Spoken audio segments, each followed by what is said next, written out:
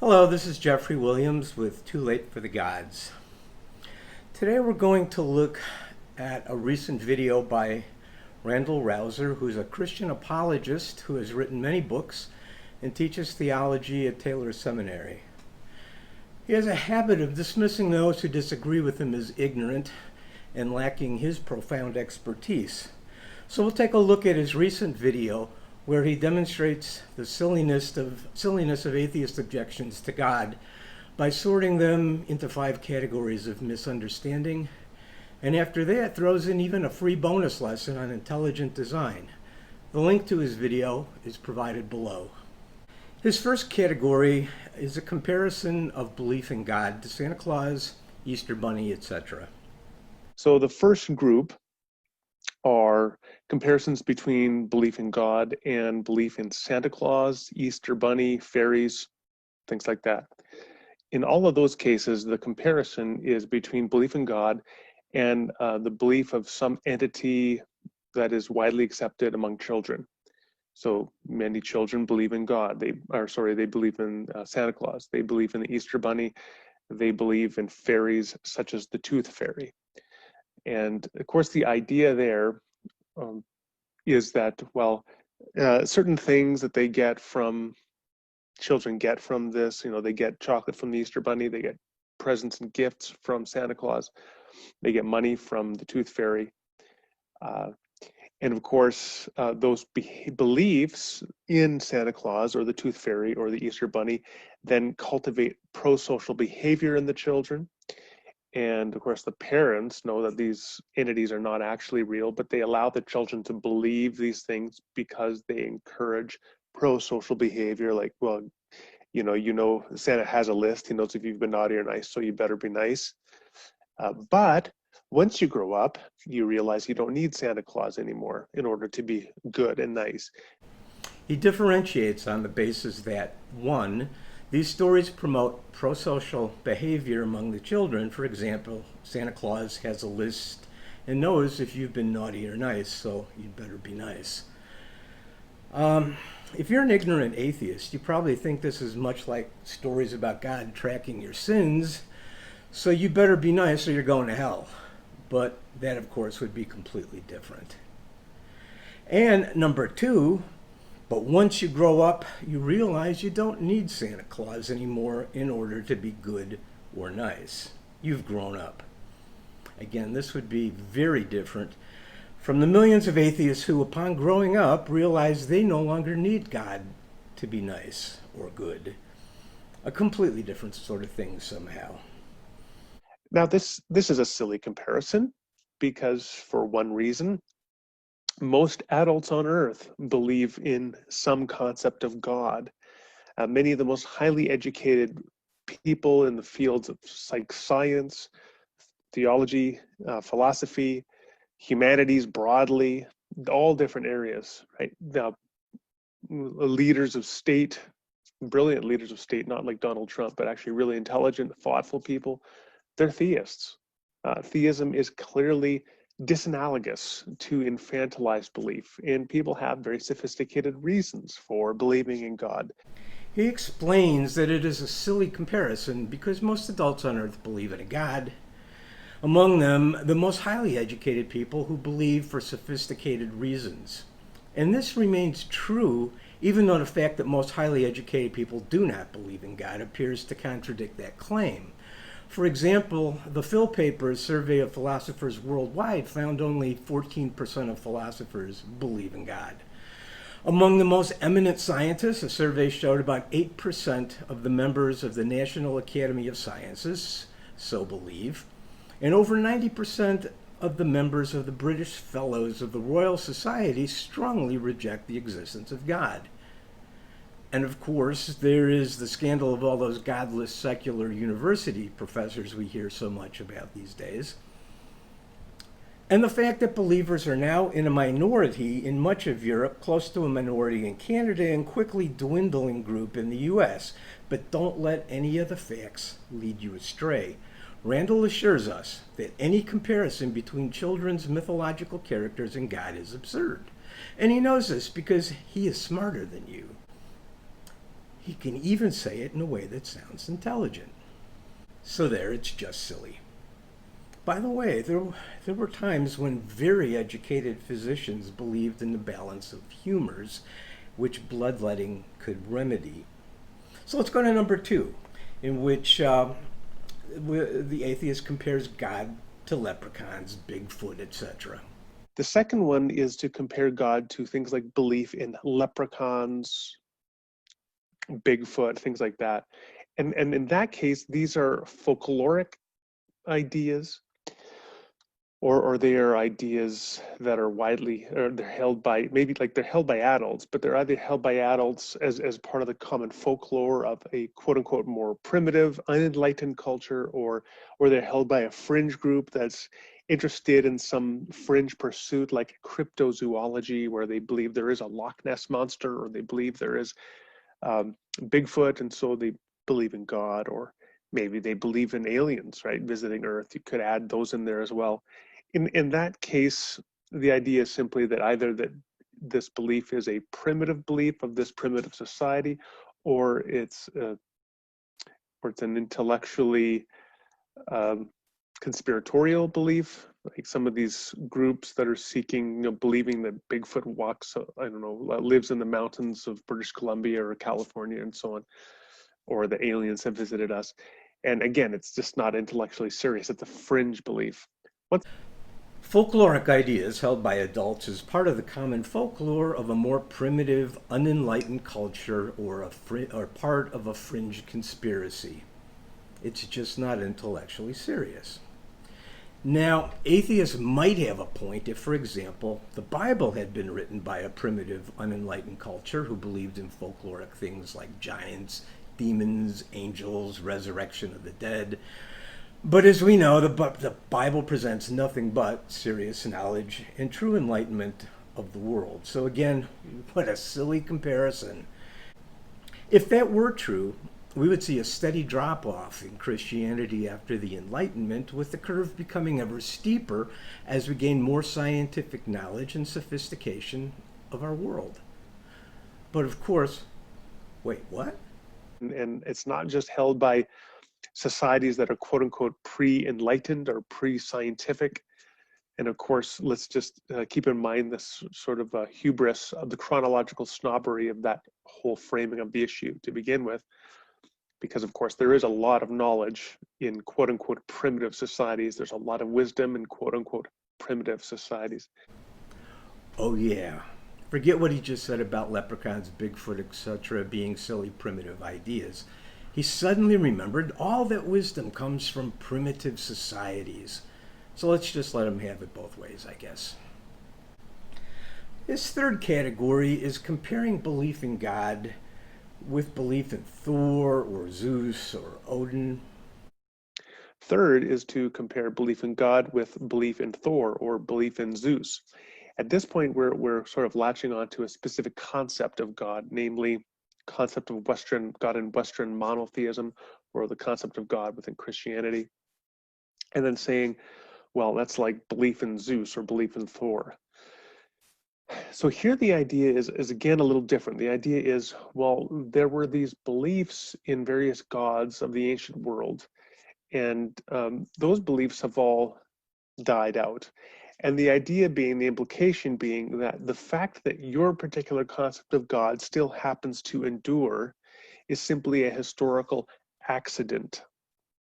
That's the only reason that belief in the Western monotheistic concept of God is held by, a significant portion of the world's population. Perhaps half the world's population or more has a Western monotheistic concept of God.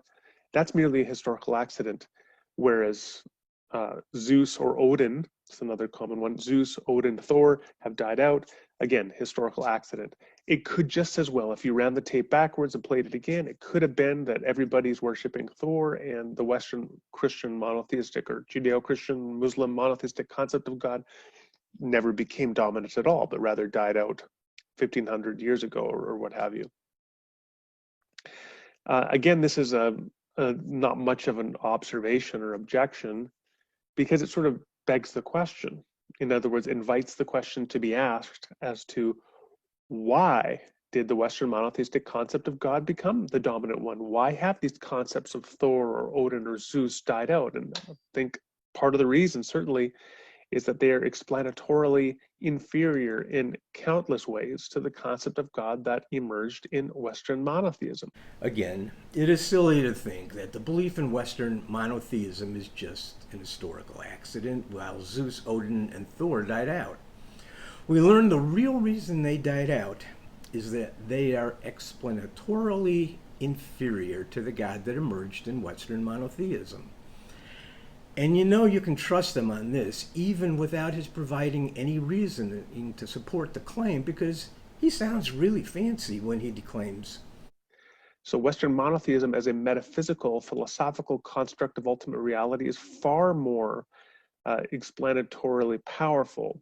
It is it explains much more data and explains it in a more satisfactory way than positing some suprahuman but flawed entity like Zeus or Thor or Odin. If he can say something that smart, I'm sure we can just take his word for it. It's a good thing, too, because if he weren't so smart, we might start to wonder about things like why Hinduism, for example, which is even older and polytheistic, persists to this day with a huge and faithful following.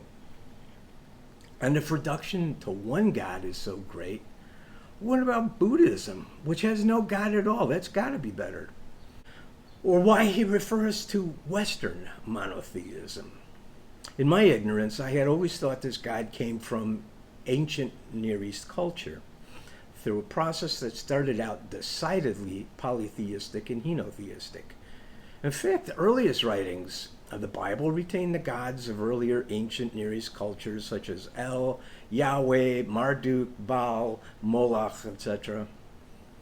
The idea of monotheism took a while to develop through the books of the Bible, but at least as opposed to Thor, Odin, and Zeus, Yahweh would never be so flawed as to command genocide, torment his own followers like Job, command Abraham to kill his son, which luckily would only have traumatized the kid for life, since Yahweh, or was it El? I get confused, stopped poor Abe at the last moment. Nor would he do anything that wasn't perfectly benevolent and just. Well, there was that one tantrum where he wiped out life on Earth with that flood, but other than that, well, at least he wasn't a jealous God. That would be flawed.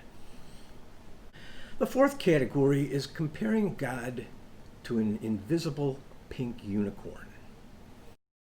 A fourth comparison is to compare God to an invisible pink unicorn. I think this one has been on the internet actually for around 25 years. It's been around since the mid-90s. The idea of an invisible pink unicorn is clearly an attempt to compare believing God to a concept that is nonsensical, that is obviously contradictory, because you can't be invisible and be reflecting wavelengths of light that give you the color pink as an object. So it's contradictory. And of course, the idea of the unicorn is, again, can be back invoking the folkloric concepts or the mythic concepts. But in terms of the contradictory idea of the invisible pink unicorn, I guess the idea there is to compare it to something like the doctrine of the Trinity. You can't have one and three, or the concept of God as being both omnipotent and all perfectly good, because if you're all powerful, you should be able to do evil, but that contradicts the idea that you're perfectly good. So this is a clearly contradictory concept. The idea is to compare belief in God to a concept that is nonsensical. You can't be both pink and invisible. So forget about apparent contradictions like the Holy Trinity being one, because unlike invisible and pink, three being one is perfectly sensible. Or any apparent contradiction between omnipotence and being all perfectly good and just, because bad things happen all the time that an omnipotent being could prevent. But again, he assures us we can just forget about those apparent contradictions, because much smarter thinkers such as he have that all figured out. At that point, I would just say those people should actually spend some time reading in theology, in analytic theology, in analytic philosophy of religion, to see how academics seriously engage with and respond to these allegations of contradiction within their beliefs.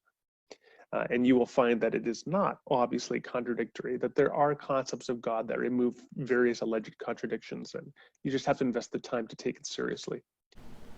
You know, on second thought, maybe the only difference is nobody ever claimed God was pink. The fifth category is the flying spaghetti monster. The last one I want to look at is, I think, just a general absurdity argument or comparison, and that's the flying spaghetti monster. So in terms of comparing belief in God to belief in the flying spaghetti monster, I think several of the observations I've already made can be made again. Is, for example, in terms of explanatory power and scope, the flying spaghetti monster doesn't explain anything like Western monotheistic concepts of God do. So I don't think it's an intellectually serious comparison by any means. I think it's meant, as I think all of these to some degree are, is meant to poison the well, is to just discredit theism, to make it look silly. And I think once you realize how lacking in substance these rhetorical comparisons are, you can sort of dismiss the flying spaghetti monster along with a lot of them. Well, actually, the use of the flying spaghetti monster was to demonstrate the impossibility of disproving a metaphysical assertion.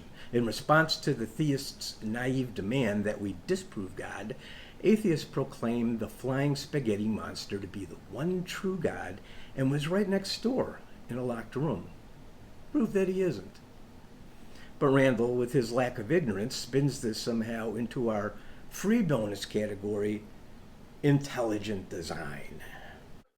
But in terms of its origins, the point I'd simply want to make is this, that the flying spaghetti monster started out not as a parody of theism or religion or comparison of theism and religion, but rather intelligent design theory. The idea was to challenge the idea of invoking an intelligent designer by saying, essentially, there are no controls on the attributes that you would grant to this intelligent designer. So it might as well be a flying spaghetti monster. And I think at that point, really all Henderson does is show his ignorance of intelligent design theory. Whatever else you think of intelligent design theory, And here, once again, he supports the notion of intelligent design directly on the fact of our own ignorance. So there you have it. Wait, what was that? intelligent design theorists do not attribute within the confines of their theoretical framework, they do not attribute to the cause any attributes that are not necessary to explain the effect. So for example, if the effect is the complexity of the information, the specified information in DNA, then they do not attribute to the cause of that effect anything more than what is required to explain the origin of DNA. So for example, intelligent design theorists do not attribute to the cause, a mind, an intelligent mind, they do not attribute omnipotence to the cause. They certainly do not attribute moral perfection to the cause, and they do not attribute any Pastafarian qualities to the cause. All they attribute is intelligence, that there is an intelligent So they cause. don't attribute design to an intelligent mind, but they attribute it to intelligence. At this point, I despair of ever comprehending the brilliance of Randal Rauser and accept that it is only my own ignorance that causes his ramblings to seem to be utter nonsense and contradiction. Maybe I just have to study more.